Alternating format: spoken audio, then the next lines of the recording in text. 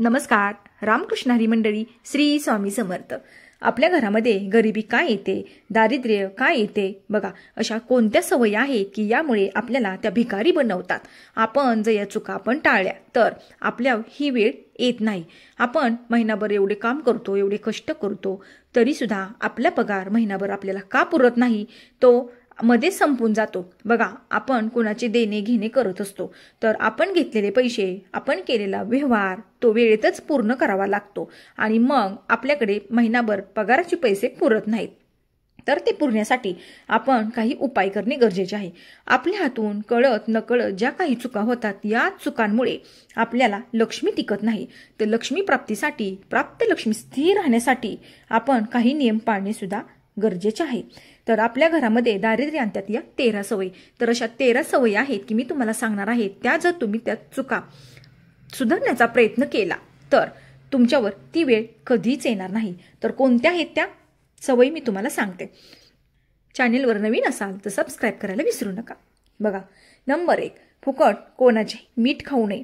तुम्हाला असं वाटत असेल की मीठ ही खूप क्षुल्लक गोष्ट तुम्हाला वाटत असते, पण तसं नाही. मीठ हे आपल्यावर कितीतरी परिणाम करत असतं आणि फुकट मीठ कोणाचंही खाऊ नये. नंबर 2, सुई. तुम्हाला हसायला येईल, सुई म्हणजे फार अशी काही लांबची गोष्ट नाही. आता बघा, सुई कोणी वापरतही नाही, तरी सुद्धा अजूनही लोक काही कामाने सुई वापरतात आणि सुई घरात कोणीही ठेवत नाही, ती नेहमी दुसऱ्याकडे मागायला जातात. ही सुद्धा खूप चुकीची पद्धत आहे. दुसऱ्याकडने सुई आणून तुम्ही तुमचे काम करून घेऊ नका, यामुळे तुमच्या घरात दारिद्र्य येते. नंबर 3, बसल्या बसल्या सतत दातांनी नखे कुरतडणे. बऱ्याच लोकांना सवय आहे बसल्यानंतर तोंडात बोट घालणे आणि नखे कुरतडत राहणे. बघा, नखे कुरतडणे ही सुद्धा खूप वाईट सवय आहे. ह्याचा परिणाम तुमच्या जीवनावर होत असतो. त्यामुळे दातांनी नखे तर कधीच कुरतडू नका. नंबर 4, दुसऱ्याचा रुमाल वापरणे. बघा, आपण कुठे बाहेर गेल्यानंतर आपला रुमाल जर चुकून विसरून घरी राहिला तर आपण दुसऱ्याकडने हात करतो की तुझा रुमाल 2 मिनिट दे म्हणून. पण ही सुद्धा खूप चुकीची पद्धत आहे. दुसऱ्याचा रुमाल तर कधीच तुम्ही वापरू नका. नंबर 5, दुसऱ्याच्या चपला वापरणे. आता बघा, काही लोकांना, काही मुलांना सवय असते की आपल्या चपला असल्या तरी सुद्धा दुसऱ्याच्या त्यांना खूप आवडतात आणि दुसऱ्याच्या चपला वापरणे ही सुद्धा खूप चुकीची पद्धत आहे. तुम्ही तसे करू नका. तुमची जी आहे ती तुम्हीच वापरा. तुमची सुद्धा कोणाला देऊ नका आणि कोणाची चप्पल तुम्ही घालू नका. नंबर 7, सायंकाळच्या वेळी झाडू मारणे. ही सुद्धा खूप चुकीची पद्धत आहे. लक्ष्मी येण्याच्या वेळेला झाडू कधीही मारू नका. शक्यतो संध्याकाळी केर तर घराबाहेर काढतच नाहीत, पण आपण जेवण केल्यानंतर जे खरकट सांडलेलं असतं तिथे आपण थोडासा झाडू मारतो. झाडू मारल्यानंतर केर तुम्ही एका कोपऱ्यात तसाच लावू शकता, पण संध्याकाळच्या वेळेस तुम्ही केर हा बाहेर काढू नका. शक्यतो संध्याकाळचा झाडू मारूच नका. नंबर 7, दरवाजा उघडताना त्याचा आवाज होणार नाही याची तुम्ही काळजी घ्या.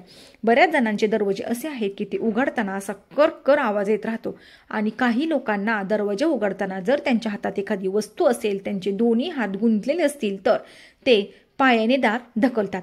ही सुद्धा खूप चुकीची पद्धत आहे. पायाने दरवाजा लावणे, उघडणे, जोरात ढकलणे. बघा, काही वेळेला काय होतं, माणसाला मानसिक ताण आल्यानंतर कोणाबरोबर घरात वाद झाले, भांडण झाले, कलह झाले की त्याचा संपूर्ण राग त्या दरवाजावर निघत राहतो. बाहेर जाताना ते दरवाजा धाड कुणी लावून घेतात आणि आत येताना सुद्धा ते तितक्या जोराने ढकलतात आणि संपूर्ण राग, त्या व्यक्तीचा राग संपूर्ण त्या दरवाजावर काढत असतात. तुम्ही असे वागला तर ह्याचे दोष तुम्हालाच लागणार आहेत आणि तुमच्या घरामध्ये दारिद्र्यता वास करणार आहे. त्यामुळे या चुका तुम्ही करू नका. नंबर 8, घरात जुनी कुलपे ठेवू नका. गंजलेली, बंद पडलेली घड्याळे, तुटलेली फुटलेली भांडी तुम्ही घरात अजिबात ठेवू नका. तुम्ही जर असे केले तर लक्ष्मी प्राप्तीसाठी आणि प्राप्त लक्ष्मीसाठी तुम्हाला खूप अडचण येणार आहे आणि तुमच्या घरात कायमस्वरूपी दरिद्रता, गरीब वास करणार आहे. त्यामुळे गंजलेल्या वस्तू, बंद पडलेली घडे, तुटलेली फुटलेली भांडी, फुटलेले कप, जे कप आहेत की त्यांना कान नसतात तरी सुद्धा लोक तेच भांडी, तेच कप वापरत असतात. तर तुम्ही या चुका करू नका. त्याचबरोबर आरसा. नंबर 9, आरसा. आरसा हा सद्भावाचा प्रतीक असतो, पण तुटलेला आरसा नकारात्मकता स्वतःकडे आकर्षित करतो आणि दुर्भाग्य सुद्धा त्याच्या घरातल्या व्यक्तींच्या जीवनात, आरोग्यावर खूप वाईट परिणाम करत असतो. बघा, बऱ्याच लोकांचे आरसे जे आहेत, कपाटाला लावलेले आरसे, त्याला चिरा पडलेले आहेत, तुटलेले फुटलेले आहेत तरीही आपण त्याच आरशात बघत असून तोच आपण वापरत असतो, ही सुद्धा खूप चुकीची पद्धत आहे. तर तुम्ही तसं करू नका, कारण आरसा हा नकारात्मकता स्वतःकडे आकर्षित करतो आणि दुर्भाग्य सुद्धा त्याच्या घरातल्या व्यक्तींच्या जीवनात आणत असतो. त्यामुळे तुम्ही तसं करत जाऊ नका. नंबर 10, घरातील नळ चालू ठेवणे. तसेच आपण जर घरातले नळ चालू ठेवले तर वास्तुशास्त्रानुसार हे खूप चुकीचे आहे. असे म्हणतात तुमच्या पैशाला सुद्धा अशीच गळती लागते. काही लोकांना सवय असते नळ चालू केल्यानंतर ती नळ व्यवस्थित बंद करत नाही, त्यातून सतत टिपटिप टिपटिप पाणी पडत राहतं. मग जर तुम्ही असं केलं तर तुमच्या पैशाला सुद्धा अशीच गळती लागू शकते. त्यामुळे कॉक तुम्ही चालू केले, नळ चालू केले तर ते व्यवस्थितच बंद करून ठेवा. नंबर 11, जुने कॅलेंडर काढून एका कारण सुद्धा एक नकारात्मकता दर्शवत असते. काही लोकांना सवय असते बघा की जुने कॅलेंडर जरी असले तरी नवीन आणून त्याच्यावरच ते लावून ठेवतात. आणि तसेच बघा 3, 4, 5 वर्षापूर्वीचे कॅलेंडर त्यांच्या एकावर एक असे खेळायला अडकून भिंतीला लटकवलेले असतात. बऱ्याच जणांच्या घरात हा प्रकार पाहिला गेलेला आहे. तर ही सुद्धा खूप चुकीची पद्धत आहे. जुने कॅलेंडर घरात अजिबात ठेवू नका, हे एक नकारात्मकता दर्शवते. नंबर 12, तुमची पर्स पाकिट कधीच रिकामी ठेवू नका. त्यात 1 रुपयाचा शिक्का तरी नक्की ठेवा.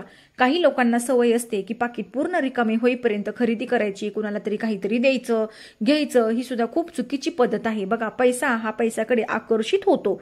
त्यामुळे तुम्ही तुमच्या पर्समध्ये 1 तरी रुपयाचा शिक्का नक्की ठेवा, ते कधीच रिकामे ठेवू नका.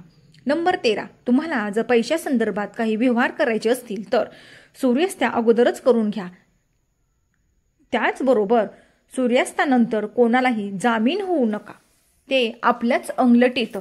जे काही तुमचे पैशासंदर्भातील व्यवहार असतील किंवा कोणाला जामीन व्हायचं असेल तर ते सूर्यास्ताच्या अगोदरच व्हा, नंतर तुम्ही होऊ नका.